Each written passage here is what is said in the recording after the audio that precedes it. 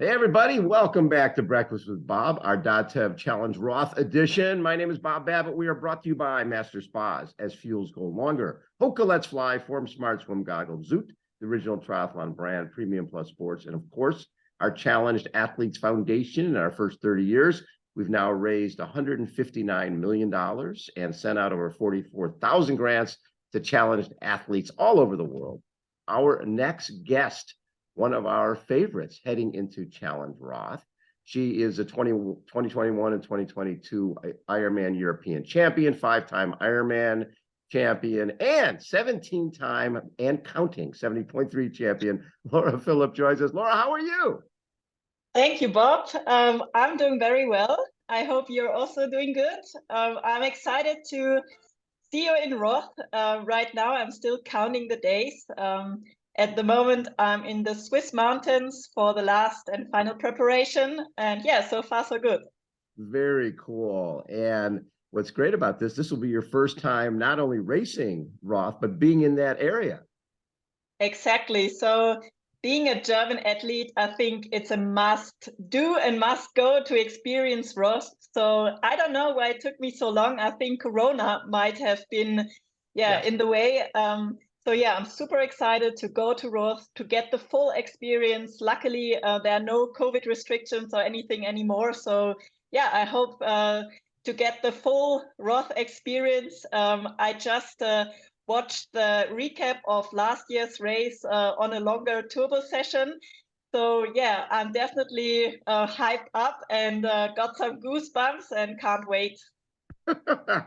Well, so far this year, Ironman South Africa, win there, 70.3 Crouch Cow, and then 2022 was just a phenomenal season for you with your second time you were fourth in Kona and fourth at the PTO Canadian Open. You win Ironman Hamburg, run 2:45 there, Crouch Cow you win, and Dubai you win. Did you look at that year, 2022 is your best year so far? Yeah, I think it looks pretty good. I scored 2 Ironman World Best times. So one in Hamburg over the Ironman distance, and then another one in Dubai over the 70.3 distance. So yeah, I think it's fair to say it might have been my best year. Unfortunately, Kona didn't really went according to my plans, but yeah, that's just what can happen in a race. Anything can happen. And yeah, I just hope that I can continue this year where I ended last year. And so far, the most important thing is that I'm healthy. I'm happy, I'm motivated, and I can't wait to, finally get on the start line of one of the big highlights of this season. You know what's hard is you guys are always, there's a fine line between being ready to have the greatest race of your life and then being injured or being sick. Last year you had COVID before St. George, and I know how fit you were. Ready, you were so ready for Ironman World Championship St. George. That's a great course for you. And then you just had the European Open where you couldn't race there. How hard are those races, and how do you deal with that when you put so much into it and then you can't go? Yeah, that's definitely super tough. St. George felt like a big bummer. I was really, really sad to miss this one out. It felt like, it's one thing that you feel fit and healthy and you're looking forward to get on a start line. But usually in the past, I always doubted myself, like mentally. I always like questioned, am I really strong enough to, race against the best? And the preparation to St. George was different. I really felt I'm ready. And this kind of scared me a little bit myself because I never experienced that before. I really felt like, yeah, I want to race the best. And I feel like I can actually put on a show. So to not be able to go there and see how I would have had performed, being physically and also mentally ready, was quite sad. But Hamburg was then the next chance just to show and prove that I was actually quite fit. It was just a few weeks later and I recovered from COVID. So yeah, I definitely surprised myself there because I did had a few weeks with illness just behind me. But I think it also showed that the training block leading into St. George was just really, really good. And right now I feel like I've had a yeah, also pretty good preparation now towards Roth. My health was a bit bumpy after Ironman South Africa. I picked up some virus I had to struggle with it for several weeks, to be honest. I always got fever and then it got better. And in like a rhythm of 2 weeks, I always got ill again and then I felt better again. But you can imagine that it's hard to actually train properly and build fitness when you always have those interruptions. And I had to be very careful and listen very well to my body and be patient. And this is the hardest thing for us, to step back, make smart decisions. And one of those decisions was not to race the PTO Ibiza race. That was very sad. That should have been one of my highlights of the early season, but I just recovered from one of those illnesses and I felt so weak and I thought, okay, for my body, it makes no sense to, force myself to go and race. And instead I recovered and focused on training, and I hope this will pay out in the long term. And now also for Challenge Roth. So Laura, I look back at your career and I see German middle distance national championship 2014, 15, 16.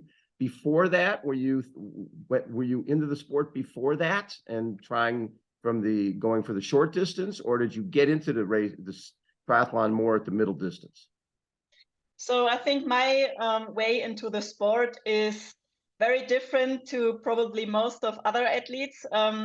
So I had no background in swimming, biking, or running. The only sport I did when I was young was actually rock climbing, so a very different sport. Wow. But I did start to cycle to school when I was around 16, and that was 60K per day. So from Monday to Friday, I cycled on an old mountain bike to school and back. And I think doing that actually really helped me once I made the decision to pick up endurance sport, because I think I built quite a nice base that I could build onto. And of course, you can imagine as a young teenage girl, you're always late in the morning, and I had to push quite hard to make it to school. So I think I did, collected quite some bike miles back then. And but it took me until I was 24 until I started to swim. So that's amazing. I did my looking back, of course, I regret I didn't start earlier, but I just had like no desire and also like no connection to triathlon or swimming at all. So looking back, one day I watched the local triathlon and I decided this actually looks quite fun and I wanted to challenge myself. So I decided the following year I want to do the race. It was an Olympic distance race in my hometown, and I just went for it. And luckily, it was a swim with a currency. So I thought, even though I might not swim very well, I will make it to the swim exit. And on the bike, obviously, I felt kind of confident. And running, is something I feel I just I'm kind of good naturally. Like I have a good feeling for running, and it was maybe the easiest for me to get good at biking and running. But swimming is definitely tough, and I have to still work a lot to improve. But I think it's never too late, and I think I'm a good example that you can also start up pick up something new, even if you're not teenage anymore. Well, especially you're riding basically 300K a week going to school, 5 days a week, 60K a day. You've got a great cycling base. A lot of people would love to be riding that much now. But the swimming is the hardest thing to pick up when you're older. 24 years old, developing a feel for the water, competing against people like a Lucy Charles Barkley who've been doing it since they were infants and have this amazing feel and body position. Just have you, and being, like you said, the P word, patient, being patient to see the little improvements in swimming. Have you seen that over the last couple of years where you've seen just minor improvements and you feel like a better swimmer now? So I think my biggest mistake in the beginning was that I just tried to learn it on my own. Like I watched some YouTube videos and I just went into the pool, and I never had like visit a swim course or had a coach looking at my technique. So basically, I think I had no technique. And then I met my husband and coach, Philipp. And basically, he was the first one, you know, who filmed me, showed me what I'm actually doing, giving me corrections, and started to work with me on my technique. And yeah, of course, by then I already had, you know, quite some wrong patterns installed. So it wasn't so easy to get rid all of that. But I think, yeah, we are making progress. But of course, it's not that miracles happen overnight. It's a slow but steady progress we are making over years now. And I think with every year, and of course also racing experience contributes into getting better, because the one thing is actually, you know, seeing faster times in the pool. And then the next step is actually being able to swim better in open water with like sighting and swimming on feet or not losing contact to a group. And you don't get too many chances to practice those things. For me, actually, the races are the only situations where I can actually swim in open water and practice all those stuff. But I do feel like I'm making great progress. And I think this is also important to stay motivated. I think you need to see a little bit of progress at least to actually, you know, believe in the work you're putting in. And yeah, so I can say we are making progress. And I also think my results show that I'm making progress. But obviously, as you say, like I will never come out of the water with Lucy. But for example, at my last race in Kraichgau, I think I was 2 minutes 30 down, which, you know, when I look back where I come from, it makes me really proud. You know, at the end, of course, I know it's still a lot, and you have to make it up during the race if you can. And I did with a good bike leg, but yeah, I'm still improving, and it's a great journey to be on. So the other thing that fascinates me, I look at your results like from 2017, third at the Xterra World Championship. I just love how you just jump into things and do great at them. Did you have a big mountain bike background? So as I said, I started to cycle to the school with an old mountain bike, and the town where I live, Heidelberg, is actually a really cool place to go for some real mountain biking. So we have many trails that are quite technical. And I did go out on the mountain bike and also try to ride those trails, and I really enjoyed that. So yeah, you can say I do have a little bit of a mountain bike background. I never actually raced or something, but mountain biking is a sport that fascinates me, especially the cross-country part where you have to push hard uphill and then descend on technical trails. I think, yeah, it's one of the coolest and hardest sports in the world. And I think, yeah, I collected like a little bit of skill on the local home trails. And I also really like the combination that you know, in triathlon, you always go for watts and pace. And at mountain biking, everything is so much more playful, or your skills, they count so much more. And I still go out on the mountain bike here and there, just when I call it go on a soul ride, you know, where just don't look at the metrics, just go by feel, enjoy the flow. And yeah, I actually do think it helps me to be a better cyclist also on the road. And Xterra is actually a really cool format. I would love Xterra to be bigger and, you know, be the media and sponsors to be more interested in it. Yeah, I think it's one of the coolest races you can do. And yeah, racing Maui was a really special experience. Maui is known for the dirt, and it was very dirty. You can have so much mud on your tires that nothing rolls anymore.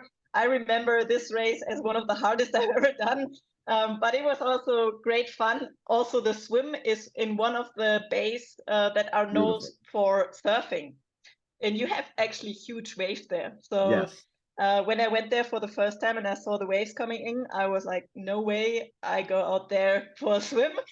But yeah, it's always surprisingly that when the gun goes, for some reason you're able to do it. And yeah, that was definitely a really cool experience. It was funny. I was just doing the TV for Xterra Oak Mountain down in Alabama, and you forget how amazing those athletes are and how much fun they're having doing that sport. There's a different feel to the event than when you're at an Ironman event or a 70.3 event. Absolutely. Yeah, I think it's a bit more relaxed. And I think what I also really enjoy is that you get to places that are just beautiful. It's more of a nature experience than racing in a big city or racing one of the big events.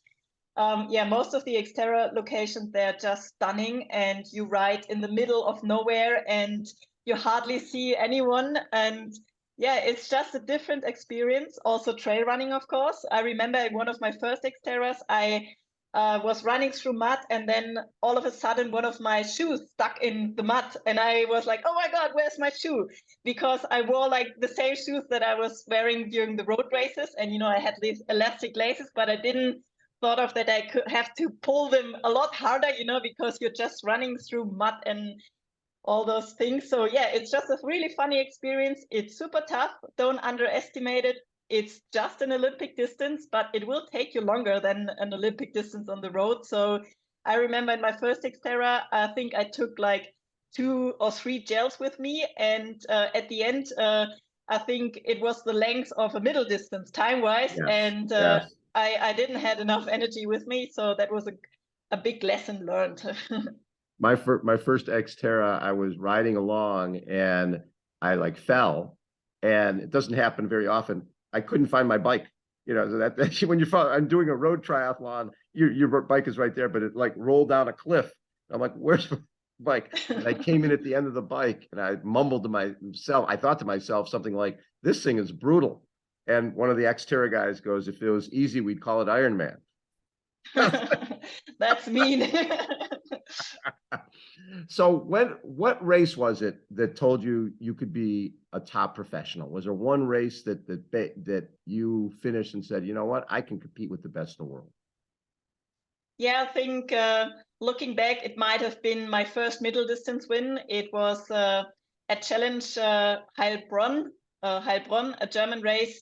And I remember overtaking athletes in this race that I always thought, they are the top names, and I can never be as good as them. And once I realized, oh my God, I just overtook them, I really felt like I actually took a moment to think, can I really do this now? Like, is it okay if I overtake them? Because I had so much respect for the other athletes. But then I think Philipp stood somewhere on the course and shouted at me like, go for it now. And yeah, crossing that line first and getting a glimpse of what it's like to win big races really was probably more like a mental breakthrough. Yes. That you actually, I showed myself that I can do it. And from that moment on, I was very successful on the middle distance. And it felt like, I got addicted to winning. I wanted to feel that feeling again, to break the tape first and see how far I can come. And then, of course, a very special moment was also my first Ironman. It was in Barcelona back in 2018, and I was so afraid of the distance. In our training approach, I'm not training a lot of volume, so I don't do like super long rides or super long runs. So I think the longest I rode before the race was around 120, 130K, and the longest run I did one run that was 30K. So just, my mind was constantly doubting, can I even, ride 180K and then run 42K? So I think looking back, it was quite good to have like these doubts in my mind, because they really made me very exciting during the race. So I remember when I hit like the 140K mark, 150K mark, I pushed some boundaries for myself, and I got so excited that I remember the time passed by a lot quicker. And the same on the run. I really expected I would blow up at 30K, but nothing happened, and I continued strong. And after crossing that finish line, I really felt like, okay, now I'm ready to do anything. Like, no matter what life throws at me, I'm ready for it. You know what's cool about that? That wasn't that the fastest debut Ironman ever? Yes, and it is still. It's still 8:34. You Yeah. look at your 55:43, 4:42:39, 2:52 marathon, 8:34:57. For somebody who was not doing the distance that a lot of other folks were doing, you come away with that going, okay, now I get it. I can be one of the best in the world. And you've certainly shown it since when you talked about winning that first race, and then like 2017, it's like 1, 2, 3, 4, 5. You 4 wins there, and the next year it's 5, 6 wins. You love winning. Winning is pretty cool. Well, yeah, of course, it feels amazing, and you can never take it for granted. It's something very special, and you never know if that might have been your best race or if you can do it again. And yeah, I appreciate it so much if a race goes well and I'm the one, who can actually win. Of course, that is what motivates me on a daily basis in my training. I imagine, going into a race and trying to go for the win. But I think it's especially when we're also looking at Challenge Roth now with the field that I will have to face there. I think it's also very important to have the guts to fail. Maybe, you have to be there, you have to show up, you have to give your best, you can dream and work for the win. But yeah, it's also important to accept if you fail. So you got Annie Hogg in the field, who's a 2-time defending champion there, right? So that's always a fellow German who wants to win her 3rd in a row. The field is incredible, both on the men's side and the women's side. And I'm guessing you like it when the best people are there. Yes, it's amazing. So basically, I will race the last 3 Kona world champions on the female side. So it's Annie, it's Chelsea, and it's Daniela. Yes. And then there are also other great women like Lisa Nord and Fenella Langridge. This is a really, really stacked field, and maybe we will even see some late entries. You never know. And yeah, I think it's nearly a world championship field, and these women are definitely the best, and it's a great honor to race them. And it will be, I think, one of the hardest earned victories of the year if you cross the line first in Roth. There's no question about it. And you mentioned when you went and did your first Ironman, you had kept your distance shorter than a lot of other people do. Is that still the case, where you guys train a little less in terms of quantity and more quality? Yes, I think it's still kind of the same because, since I don't have a background in endurance sport, or I didn't do athletics when I was young, if you look at my potential, I'm quite good at, the endurance stuff, but, you want to develop as an athlete and you need to push your max capacity. So I think for me personally, it's a lot more important to still increase my speed and work on speed in all 3 disciplines. Because, when I rode to school, of course, I was in a bit of a hurry, but it was basically always, one pace. And I never did like structured intervals or anything like this. So I think one of the main focuses for us is, also, since I'm not the youngest anymore, when you get older, what you lose is speed and not endurance. So I think, especially for me, it's very important to still trying to develop, speed. And I think then you can try to take that speed over to the longer distances. And I also think if you want to be very competitive at Ironman distance, you need to be at the top of your game also for the middle distance.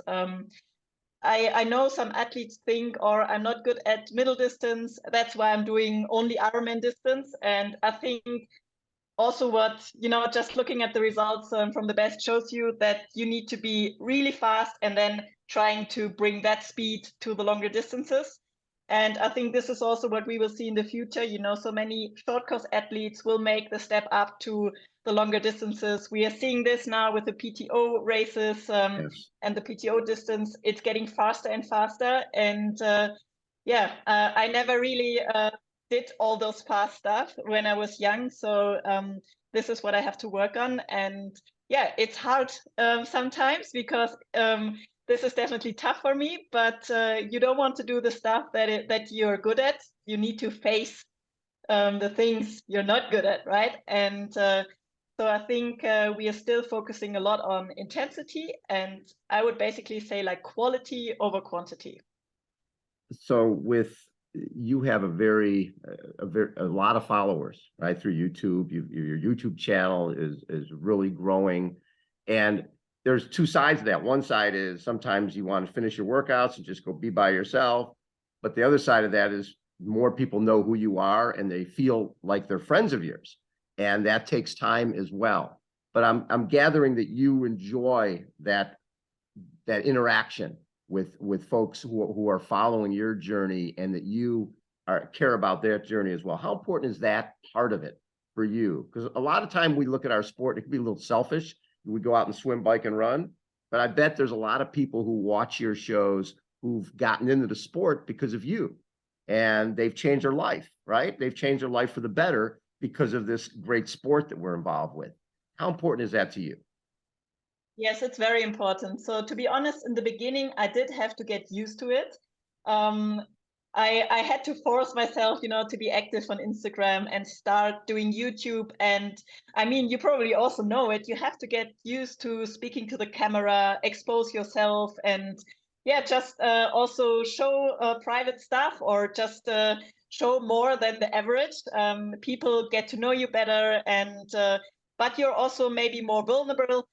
So it has many sides, but to be honest, I experienced so many positivity out of it that it really, convinced me that it's the right way, to let people be part of my journey, and motivate people to start up with the sport, maybe also with my own journey, you know, starting late. It's never too late to pick up something. And I think right now it's just fun to let people be part of my journey. It's upwards and downwards. You know, I also have been injured and had some times when I struggled, but I think it's so important to also show those moments, because at the end, even if we maybe look like machines in a race, we are also only humans, and I think Yes. it's important to show that. And so I think we are in very great times at the moment, that as athletes we can use those social media channels to, you know, have our own voice, and just let people be part of our journey. And I can actually feel a difference, you know, since I'm doing that. As you say, more people recognize me, and at races I do get more support on the course, and of Yes. course that is so helpful during races. So this is I think the reward you get when you put in the time to show people what you're doing. Laura, it's so cool that you took time to join us. Best of luck. What would it mean to win Challenge Roth? That's such an epic event in Germany. Yes, that is the ultimate dream as a German athlete, to win this big race. And I think especially this year with this stacked field, it would mean you are the best women on the long distance of the first half of the season. For the first half of the season. Laura, thank you so much for taking time to join us. I look forward to seeing you next week. Do you have your leader hosen all picked out? Yes, everything's sorted. This is something really special and cool about Roth. And I'm really looking forward to see many of you, maybe at the expo or at the race course. And thanks for your time, Bob, and see you there. Laura Philipp has been our guest, everybody. Again, Breakfast with Bob from DATEV Challenge Roth coming up next week. So excited. Thanks, everybody, for tuning in. We'll catch you next time. See ya.